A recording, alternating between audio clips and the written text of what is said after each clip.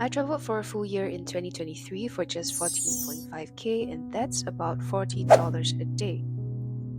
I have been continuing doing so and am hoping to do this for even longer. $40 a day doesn't sound that cheap, but you have to take into account all that happened with this amount of money.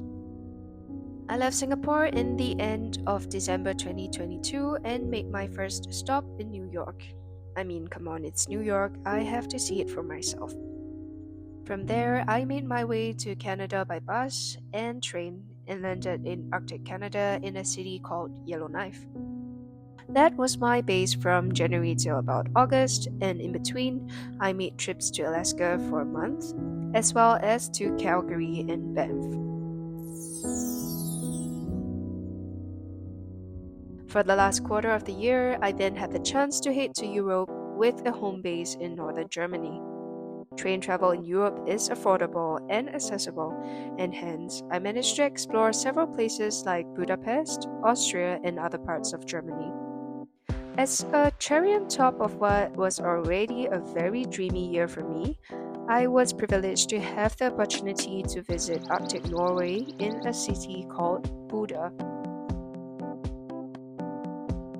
That is a quick summary of the timeline of my 2023, which is the first year I've lived abroad. And in this video, I will share how I did that, from tips and tricks to how I manage the resources that I have, to mindsets and new ways of looking at what travel means.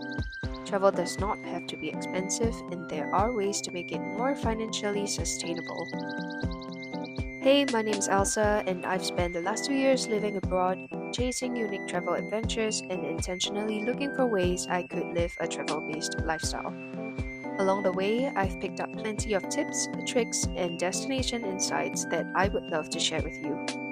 I'm all about finding ways to explore longer for less, while keeping the experience meaningful. Who doesn't love saving money while not compromising on your travel experiences? So let's get down to it. So to kick us off, you would want to increase your flexibility.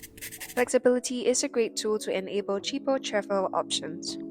Well, think of it this way. Having the capacity for flexibility means that a wider range of travel options are available and would suit you, and this means that you can choose options that cost less. Flexibility comes in different forms. For example, being flexible in the dates when you travel, or being flexible in the time, season, or destination preferences. Having the flexibility means being able to pick an off-peak season to enjoy a location at a cheaper price while having more space and less crowd at attractions. Another example would be that during certain times of the year, travel can cost less. Here's me exploring how much flights can cost, and you can see that from 23rd to 25th of December, the flights are significantly cheaper than the other dates. So, if you don't have to be somewhere by a certain date, using a monthly price viewer is very useful to save yourself some bucks, as you can see which date would give you the most value. The next travel hack that I use is to consider the types of flights I choose. So, layovers are often seen as a hassle, but they can actually be a hidden gem for budget travelers and if you're not on a time crunch. Opting for flights with longer layovers can also let you explore an entirely new destination without buying an extra ticket. It's a great way to add more destinations to the journey and also to make your travel experience richer and more diverse without stretching your budget. Personally, when I do this, I look out for at least, let's say, about 8 hours or more of layover. So this accounts for the fact that I have to check out of the airport and to check in again, and also considering having enough time to explore the city. Number 3. The trick is to be willing to do what others are not. This one is for the people who share a similar travel style as I do, and I would say it might not work for everyone. But one of my biggest expenses when I travel is definitely accommodation, costing up to maybe from 50 euros up or more. And logically, if I want to save money on that, I personally do this in a few ways. One, I could either look for flights that fly in the early hours of the morning so that I can save on spendings for a hostel or a place to stay for just a short night and camp in the airport instead. Well, of course, I have also learned to be smart and assess the risks of doing that. And it is also very important to check whether an airport is safe enough to stay overnight in. For that, I often use this website called Sleeping in Airports. Another personal hack that I use to save on accommodation money would be to see if I can take a midnight bus or train option that would allow me to ride through the night and arrive at my destination in the morning, and I can sleep on the way. Of course, this is not always the most comfortable, and there are times where I know I have to get proper rest, and then that's when I would check myself into a place for overnight. But honestly, though, I enjoy this way of travel because waking up in a new place and seeing it for the first time in the morning is such a magical feeling, and at the same time, you also get plenty of time left in a day to explore the place. Alright, next though, having a home base somewhere and making weekend trips out of that place. So I find that this is typically more doable in Europe, where it is convenient to explore the continent by train or bus travel. For me, I use Omeo to source for bus options, and another alternative would be Flixbus. I personally also had my home base in Germany and even was able to use the Deutschland ticket for just an additional 20 euros, and I can basically travel to different parts of Germany with that ticket. What a deal! Okay, last one for today.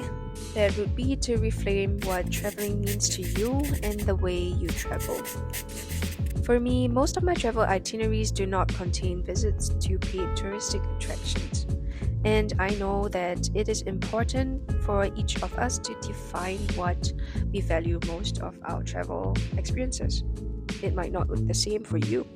So, what I enjoy about visiting a new place is to view the world through a more day to day type of lens. For example, where do locals like to hang out, and how does it feel like to live in this neighborhood? And of course, from time to time, there are iconic places that I would love to visit, but I choose what I would like to spend my money on carefully. I love to explore a new place by walking or cycling and just wandering around and see what comes up along the way. And this allows me to see more things, and at the same time, it's free to walk. I also love to utilize public transport systems, and those are great ways to see a city in a short amount of time in a comfortable way if you're tired from the day. Well, those are 5 tips that I personally use to travel more for less, but I definitely have more to share. If a 4-day train ride from one end of Canada to another, traveling to northern Norway to snorkel with orcas, or moving from Europe to the United States through exploring 3 major cities on the way sound like something you would like to do, you're in the right place. These are some of the adventures that I'd love to share with you guys, and comment your favorite tip down below. And I am also curious on what are some tips on traveling more for less that you guys have that have not been mentioned. I'd like to know, and I'd love to see you stick around. Till then, bye!